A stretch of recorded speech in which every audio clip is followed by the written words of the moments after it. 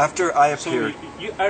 do you consider yourself as co-creator also? Or? Well, actually, for me, it's very clear that Bandler and Grinder were the original co-creators. It was those two that wrote the book. Now, as they started to go to NLP, right? Because at the beginning, in the Structure of Magic, there wasn't NLP yet. And even in the Erickson, they were working with Erickson, they didn't call it NLP yet. Yeah. So I was very interested not particularly in even therapy or hypnosis or these things that they were doing, but I was very interested in what they were doing, not who they were modeling and what they were modeling. So for me, and I think it's why they liked me, was that they could tell. My interest was in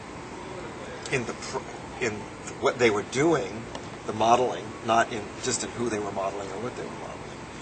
So I had the ability to, for example, begin to write down some of the observations, like the eye movements. I was the first one to put down the whole structure of the eye movements. Because they were You doing... were the first one? Yeah. Yeah. To draw the face and the arrows. Because they were... They didn't pay attention yet. No, they were paying attention, but they didn't put it into a structure. Okay. And that was the kind of thing I was very interested in this whole notion of strategies. So NLP Volume 1, it actually was my thesis for getting my degree at this university. I wrote it. Their name, everybody's name is on it, but it was actually my... So the term NLP was... No, they actually... How that was born is that... NLP, neurolinguistic... There's a guy named Korzybski, who's the one who said the map is not the territory. He was a philosopher. Yeah.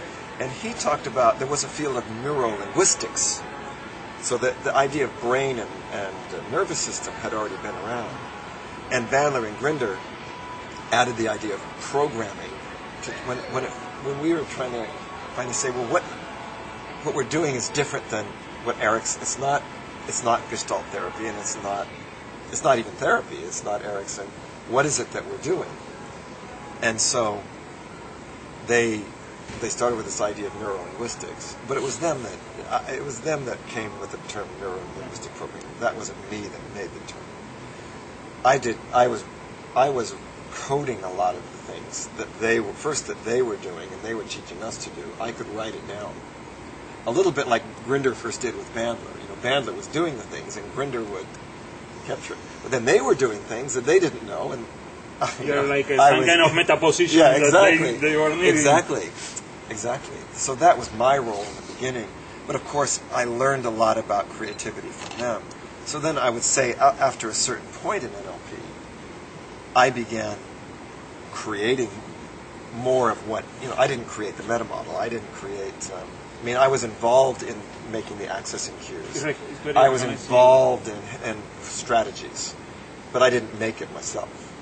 I was kind of taking things that they were doing. You create the... But then things like logical levels, things like many of the, like working with beliefs, a lot of these things were my, like Disney strategy. Many of the things that we teach in our practitioner and master practitioner were made by me or Judy, the score model, and these other things. So then we became creative. And then, in that sense, I would say we became co-creators. But in the beginning, for me, it's very clear it was Bandler and Grinder.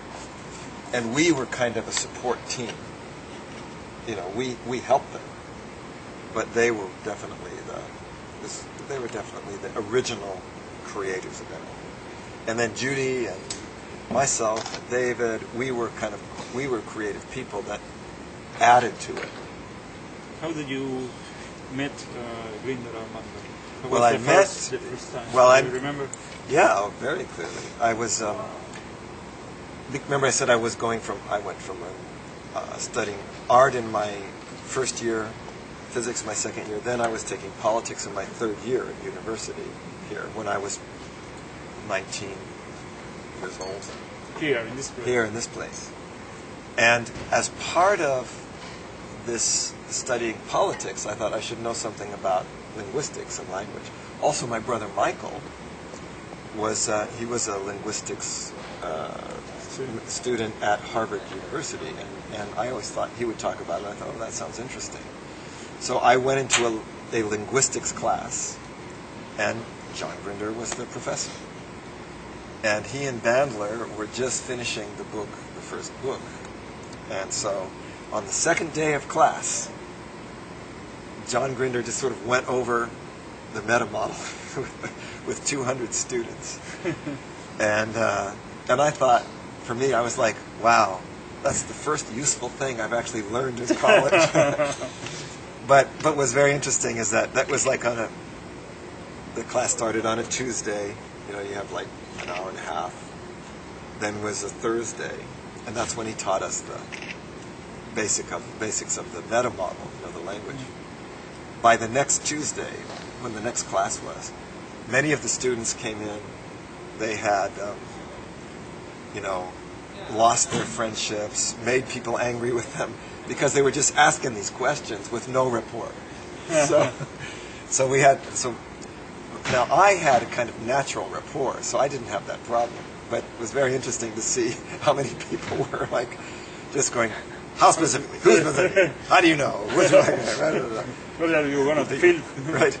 Because they said, love, well, that's just a normalization.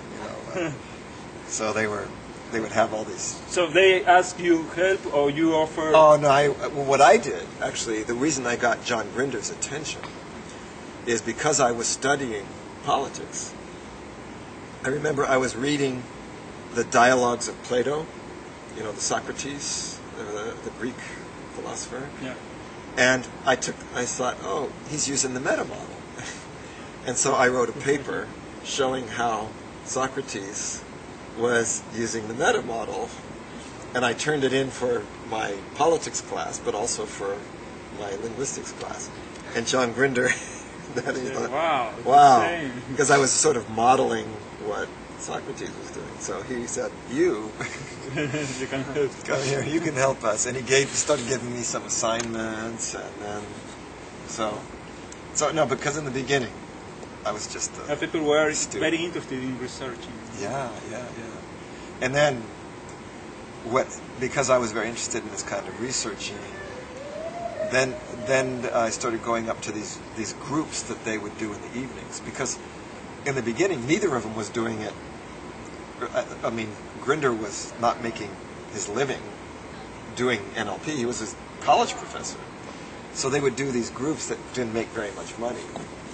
But we would come up and that's where they would do all their research. They had these study groups, and they would do anything. Especially when they were with Erickson. I remember when they first went down to see Erickson. Grinder came back to this class and he said, okay, everything you know is wrong. It's a different world. And the first time I met Bandler was when Grinder had him come into his class. And they did a double induction on the whole class of students. So Grinder went to one side of the room and Ben to the other, and they were talking at the same time and putting 200 people in trance. But that's, in those days, what's very difficult to sometimes, I think, realize today is, in those days, first of all, it was the 1970s, but they did anything. They just, and we would go. You didn't have limit. There was the whole feeling was there's no limits, and if you were going to put 200 people in trance, you just did it. Yeah. And so, where people would be a little bit more, gee, is this okay? Is this right? They would just. So we had this, and we would explore in ourselves a lot of these hypnotic phenomena, and it got pretty. It could be pretty strange sometimes, but we were college students too. This is we weren't professional people, so there was a lot of exploration. There was a lot of trying things out. There was a lot of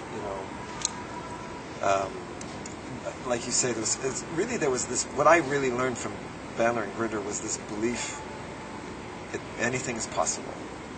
You can do anything is possible. Yeah. Now then on top of that, you have to add ethic.